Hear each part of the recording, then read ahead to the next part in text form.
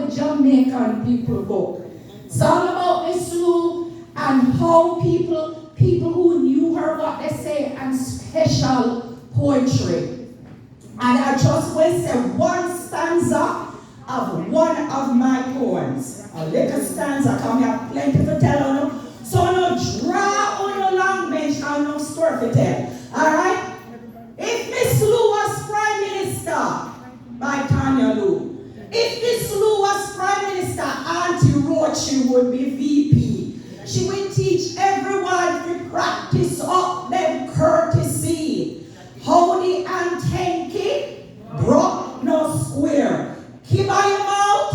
If you don't have nothing good to say you hear, yes, yeah man. So, that is just one of the poems, and you're going to sing whole heap of other stories that will just make you smile, because we grew up on good heritage. We grew up on good culture, and we are proud that it is preserved for posterity and for our children. So, let me just put something in perspective for you.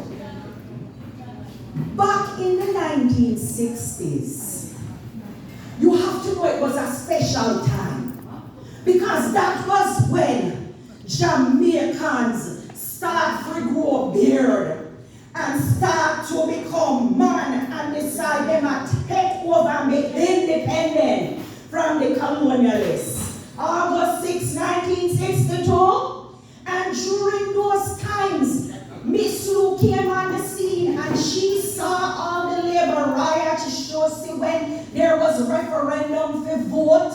She see independence. And she documented, and what she documented was what? The authentic expressions of our Jamaican people.